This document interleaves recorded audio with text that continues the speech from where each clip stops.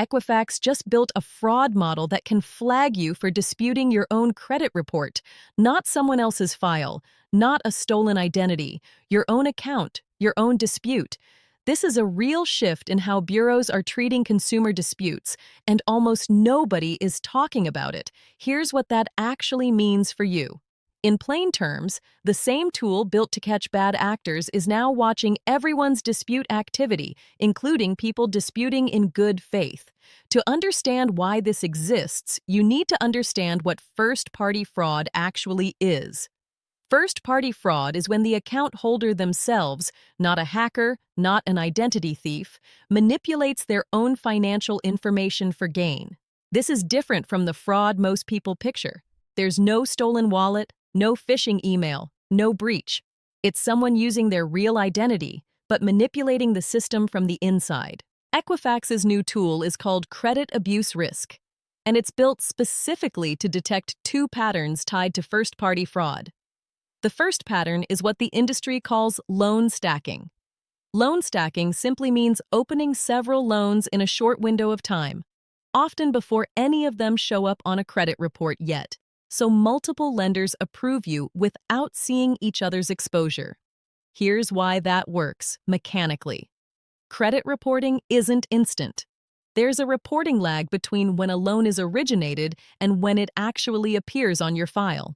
Someone exploiting that lag can apply to 5 lenders in 3 days, get approved by all 5 before any of them see the other 4, and walk away with far more combined credit than any single lender intended to extend. Put simply, it's not about hiding the loans forever. It's about timing applications faster than the reporting system can catch up. The second pattern the model looks for involves dispute behavior itself. The industry term for this is credit washing, disputing accurate, legitimate negative items specifically to get them temporarily or permanently removed from a report, not because they're actually errors. Here's what that actually means for you. The model doesn't just track what you dispute, it tracks how often, how quickly after account opening, and in what pattern, compared to typical consumer dispute behavior. Here's where it gets more specific to how banks actually process this. Every dispute you file gets logged with a timestamp, a reason code, and an outcome. Most people hear this term and move past it. Don't. That log isn't just used to resolve your individual dispute anymore. It's also being used as a data point in a risk model that scores your overall account behavior. This connects to something we've covered before on this channel, the automated dispute processing system called eOscar, which routes the vast majority of disputes between bureaus and furnishers without a human ever reading them. Credit abuse risk sits on top of that same pipeline. It doesn't replace eOscar. It adds a second layer, watching the pattern of disputes flowing through the system, not just resolving each one individually. A single dispute won't flag anyone. That's not how this works. What the model is built to catch is a pattern. Frequent disputes clustered right after new account openings, or disputes that don't match typical error correction behavior. For example, someone disputing one incorrect late payment from 3 years ago looks completely different to the model than someone disputing 5 different negative items across 3 different accounts within the same 30-day window. Strip away the banking language, and here is what is actually happening.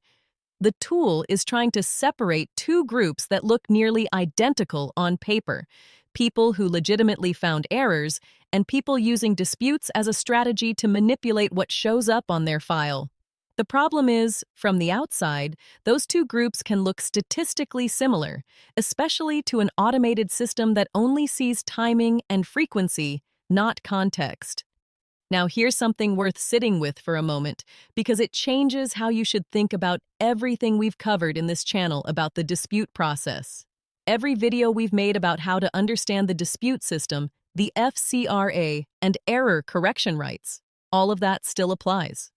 Your legal right to dispute inaccurate information hasn't changed. What's changed is that the bureau side of that process now has a second set of eyes running in the background, and that second set of eyes is a machine learning model, not a person reading your specific situation. There's a regulatory layer here too. This tool isn't publicly available to consumers, and Equifax hasn't published the exact scoring thresholds that trigger a flag. Here's the part they aren't telling you in most coverage of this. Because the criteria aren't public, a consumer has no way to know in advance whether their legitimate dispute pattern could resemble what the model is trained to catch. That's a real structural problem, separate from whether the tool works as intended. Transparency and detection accuracy are two different issues, and right now only one of them has been addressed. Let's talk about who actually sees a flag like this, because it's not the consumer.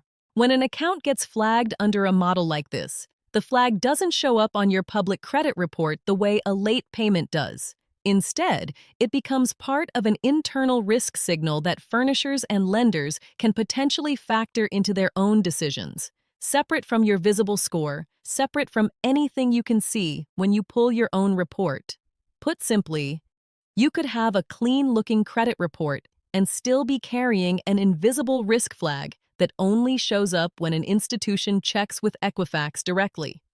This is where it connects to something bigger than just Equifax. Other bureaus and secondary data companies run similar fraud detection layers, and they don't always talk to each other, which means your risk profile can differ depending on which data source a given lender happens to check. So, here's the full mechanic. Start to finish. Equifax built a predictive model called credit abuse risk specifically to detect first-party fraud patterns, including loan stacking and dispute misuse, sometimes called credit washing. The model doesn't just process disputes anymore, it scores the pattern behind them, using timing, frequency, and clustering as its core signals. That scoring happens on top of the existing eOscar dispute pipeline, adding a layer of automated pattern detection that didn't exist in the older, purely transactional dispute system. The scoring criteria aren't public, which means legitimate disputers have no way to confirm in advance that their situation won't resemble a flagged pattern. And because a flag like this lives in an internal risk layer rather than on your visible report, you may never know it exists unless a lender's decision is affected by it. In plain terms, the same system built to catch fraud is now quietly evaluating everyone who disputes, and there's no published rulebook telling you where the line is between a legitimate error correction and a pattern the model reads as abuse. This is a structural shift in how bureaus treat the dispute process itself, and it's happening without most consumers ever knowing the tool exists, let alone how it's evaluating them.